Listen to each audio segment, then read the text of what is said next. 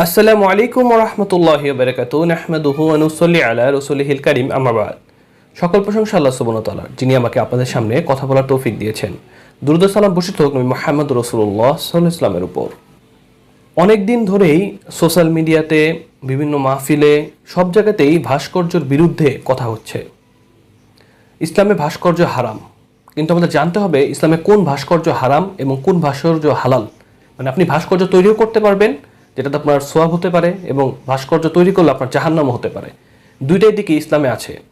তো সেই বিষয়ে শুরুতে আমরা একজন আলেমের বক্তব্য শুনবো ইনশাআল্লাহ, এরপরে কিছু কথা বলবো। এই বক্তব্য শোনার পরে ইনশাআল্লাহ আপনারা বুঝতে পারবেন যে কোন ভাস্কর্য করা আসলে জায়েজ এবং কোন ভাস্কর্য করা আসলে হারাম। আসুন শোনা যাক।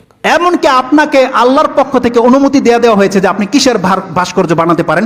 আব্দুল ইবনে আব্বাসের আরেকটা হাদিস নিয়ে নেন, এটাও ইমাম বুখারী রাহিমাহুল্লাহ এবং ইমাম মুসলিম কোট করেছে, যেটা আমি আজকে ফেসবুকে স্ট্যাটাস দিয়ে দিয়েছি। 2225 2225 নম্বর হাদিস বুখারীতে, এবং ইমাম মুসলিম 5433 নম্বর হাদিসে আব্দুল ইবনে আব্বাস এক ব্যক্তিকে বলছে, যদি একান্ত তোমাকে কিছু বানাতেই হয়, একান্ত কিছু তোমাকে আঁকতেই হয়, বেহাযিহি সাজারা, এই যে যতগুলো গাছ দেখতেছো এই গাছ তুমি আঁকো, হাযিহি সাজারা, এবং কুল্লি শাইইন লাইসা ফীহি রূহুন, এবং তুমি ওই সমস্ত প্রাণীর ভাস্কর্য বানাও যেগুলোকে আল্লাহ রূহ দেয় নাই, আত্মা দেয় নাই মানুষের মতো।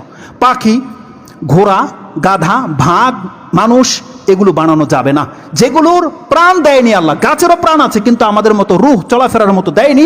অনুমতি দেওয়া হয়েছে আপনি পাহাড় বানান, আপনি শেখ মুজিবুর রহমান নামে এমন একটা ডিজাইনের একটা কোট বানান তার, যাকে দেখলে বুঝতে পারবে যে এটা শেখ মুজিবুর রহমানের কোট, বা তিনি যেভাবে আপনার কোন একটা তার কিছু প্রিয় জিনিস যেটা দেখলে মনে হবে যেটা তিনি বানান, না করছে কেউ, করেন, আপনার জন্য অনুমতি আছে। তাহলে আব্দুল ইবনে আব্বাস বলছে যদি বানাতে হয় তাহলে তুমি এমন ভাস্কর্য বানাও যেগুলোর মধ্যে আল্লাহ প্রাণ দেয়নি।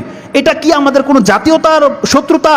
বরং আমরা চাই আল্লাহ সুবহানাহু ওয়া তাআলা কিয়ামতের মাঠে আপনাকে মাফ করে দিক। কারণ এই হাদিসে যে কথাটা বলা আছে, কোনো ব্যক্তি যদি কোনো মূর্তি বানায়, কোনো ব্যক্তি যদি কোনো মানুষের ছবি আর্ট করে হুবহু, কাল কিয়ামতের মাঠে ওকে আল্লাহ ততক্ষণ পর্যন্ত শাস্তি দিতে থাকবে যতক্ষণ পর্যন্ত ও এটার মধ্যে রূহ ফুঁকে দিতে না পারবে। পৃথিবীর কোনো ক্ষমতাবান এমন কোনো ব্যক্তি আছে যে কোনো বস্তুর মধ্যে রূহ দিতে পারে? তার মানে বোঝাতে চাচ্ছে রাসূলুল্লাহ সাল্লাল্লাহু আলাইহি ওয়াসাল্লাম যে এই ব্যক্তি চিরকালের জাহান্নামী, চিরকালের জাহান্নামী। কারণ ও তো কোনোদিন আত্মা দিতে পারবে না, এই মূর্তিতে দিতে পারবে? আর যদি দিতে না পারে ততদিন পর্যন্ত ওর শাস্তি চলতেই থাকবে। তার মানে কি চিরজীবনের জন্য ওকে জাহান্নামী করে দেওয়া হয়েছে। আল্লাহ সুবহানাহু ওয়া তাআলা যেন আমাদেরকে বোঝার এবং সে অনুযায়ী আমল করার তৌফিক দান করে। আলহামদুলিল্লাহ, এই বক্তব্য শুনে আমরা ভাস্কর্য সম্পর্কে খুব চমৎকার একটি ধারণা পেলাম।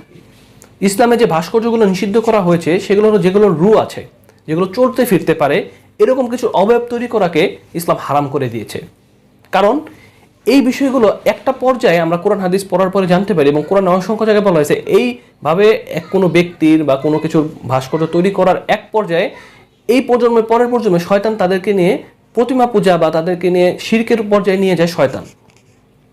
তাহলে আমরা ধরেন একটা ভাস্কর্য তৈরি করছি, ধরেন আমার একটা ভাস্কর্য তৈরি করা হয়েছে, তো আমার এই ভাস্কর্যটা একটা প্রজন্ম দুইটা প্রজন্ম পরে গিয়ে আমার ভাস্কর্যটাকে তারা পূজা করা শুরু করবে।